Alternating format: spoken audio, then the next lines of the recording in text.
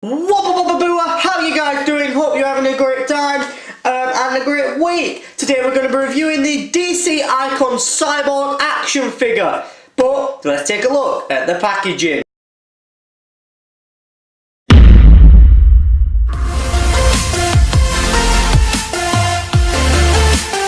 You can see at the bottom of the packaging there is the DC Icons logo, and of course in the O there is the Cyborg icon. At the bottom underneath that there is warning and advertisements for choking ants, as well as the DC Collectibles logo. There's a big wide window displaying the figure and all its accessories in its glory. I think this is a great addition to it.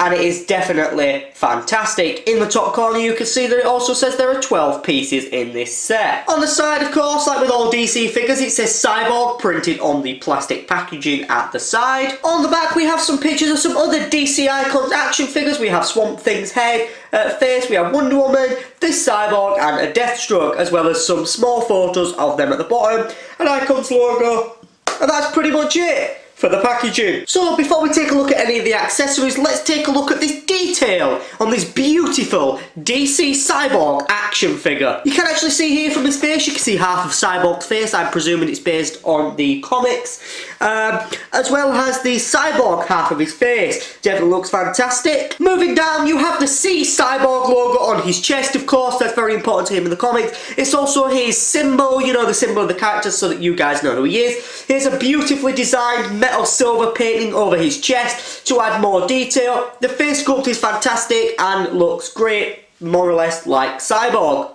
On the back he seems to have some kind of more metal plates slotted together. Maybe that'd where he'd change and things would pop out of him, as well as having some kind of like little vent thing. Of course, he is half Cyborg, he's got a lot of processing in him, it should be taking up a lot of energy. Moving down we have the nice little red things on his legs and his waist. It does look very detailed and it is a good addition to it. It almost looks like he's got a utility belt. On his arms he has nice little wrist guards as well as little red lights, and that's about it for his detail on his arm. Moving to the details on his leg, again he has this kind of like underlaid armour, very much like normal old superhero suits, but these could just be to protect wires and cables, maybe like a rubber thing. He has like a little metal kneecap there and some little designs there, as well as some cool design of a bit of a boot. So while that may be all we've got for Cyborg's beautiful detail, it is definitely a well detailed figure.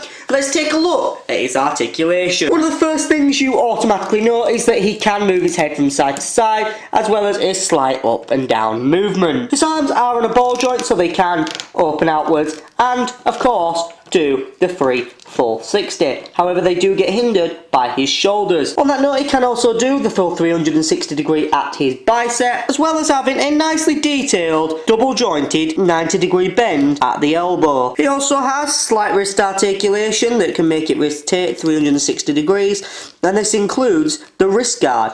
I'll explain why later. Moving down, you can see from here he does have an ab crunch, as well as being able to do the splits, kick his legs forward and backwards. He can also do a 90 degree bend at the knee, which is double jointed so he can kick himself up the arse, as well as having a foot pivot that moves up and down and slightly side to side, but not that much. Booyah! So, what would I give this figure for articulation and detail? I'd probably give it about a 10 out of 10. It is a fantastic figure. All the reviews I seem to be doing recently are giving these reviews fantastic detail, and I guess it's just because they have all got fantastic detail to me. I'm happy with them. It's a great addition to have to my collection of DC figures and Doctor Who figures, because they're all about the same side. Of course, you can see in the background I have got the DC Icon Swamp Thing, which there will already be a review out of, or a review coming very soon. As well as the DC Multiverse Joker, which I did actually get last year, but or the year before, which I never got round to reviewing, so I will be reviewing that, but you'll get to see my opinions on that figure in that review. Anyway, let's take a look at the accessories that come with Cyborg. So one of the first accessories that we get is a closed hand cannon. You can tell it's clearly about to shoot and kill some demons, shadow demons or something. The detail on this is fantastic for such a small accessory.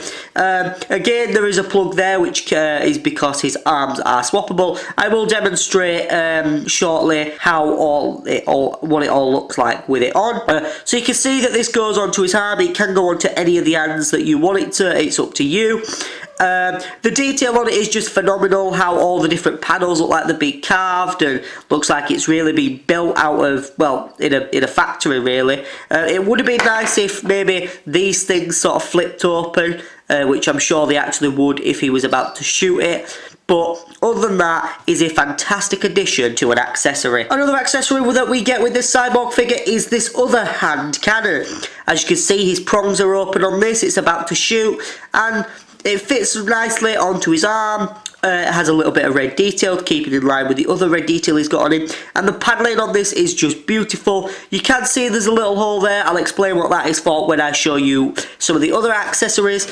But other than that, the detail, the paneling on this figure is just fantastic.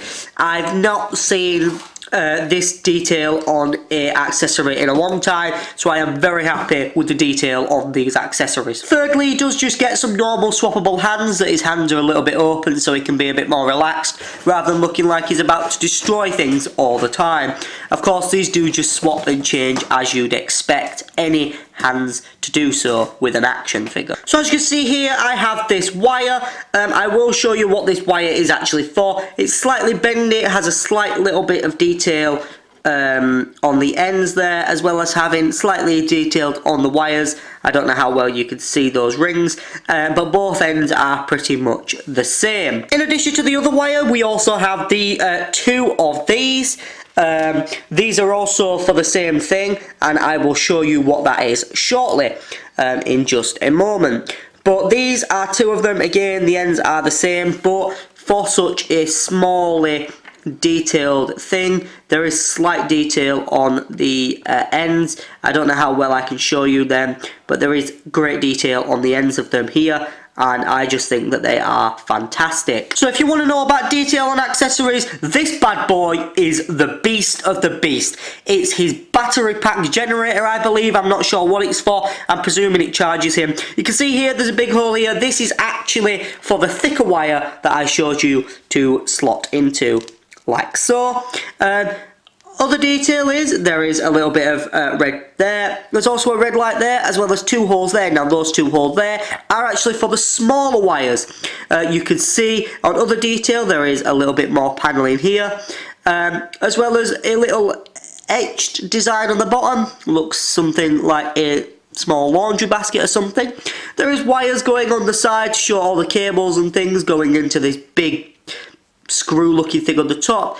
There is some massively detailed panels on this. The metal design of it all being put together and bolted together stays. The wires on it just look so beautiful. The black wires really do fit with the black accessory wires that we've been given.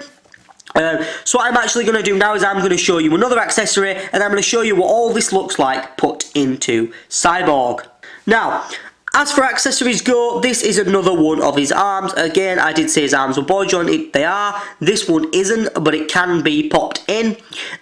This is because this actually has a wire attached to it there, and a wire attached to it there, so that he can actually charge his arm, really. And then on the other arm you can put his hand cannon so that he can protect himself. But other than that, there's not much more to say about this, but the detail on it is fantastic, with the little red continuing across the panels. It looks very much like it should be in Star Wars, like some kind of droid, but the paneling just stays, and it is fantastic, as well as looking like he's got a closed arm cannon. I don't think you can put a hand in there. It would be cool if you could, but I don't think you can. But But other than that, it's a fantastic accessory, so let me show you what it all looks like together. So as you can see here, he has now got his arm cannon on and the generator attached to him. Now the generator is actually supposed to attach to this other arm as well.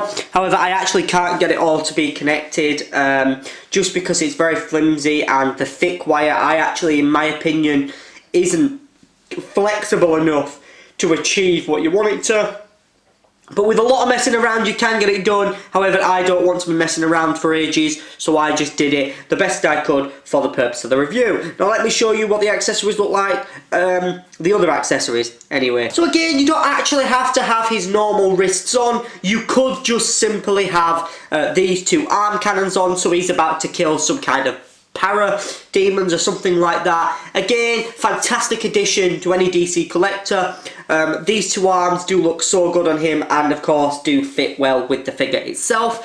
Let me just show you what it looks like with his normal arms but hands open. So as you can see from this, he now looks a little bit less hostile. Then again, he does look like he could about to choke on someone.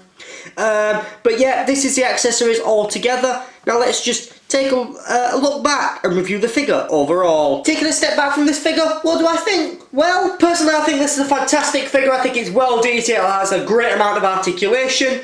And in my opinion, one of the best DC figures that I've actually got recently. You will be astounded to know the price of this figure. Again, one of my other figures, I told you I bought something from Home Bargains. B&M also do these figures. B&M, I think it stands for Bargain Madness. It is a cheap brand bargain store in the UK. I'm sure you can find this figure online on Amazon for a little bit more, but I only paid $7.99. Well, Amber only paid $7.99 for this figure. And for the accessories, for the detail, for the articulation you get, it is a fantastic figure to add to your collection, and well worth paying that £8, $7.99, because I've actually looked online and this figure is about £30. At the cheapest, 25. The cheapest I found it online is £22, but to buy it for $7.99, brand new in its box in store, well worth the money. So anyway guys, thanks for watching. I've been the Doc 11th. I'll see you guys in my next review. If you haven't already, hit that subscribe button below, leave a like down below if you haven't, and of course comment for anything you'd like to see me review or anything. And of course head over to the doc11th.disneyjam.com and get your midnight merch. I'll see you guys in my next review. Goodbye for now guys. Goodbye.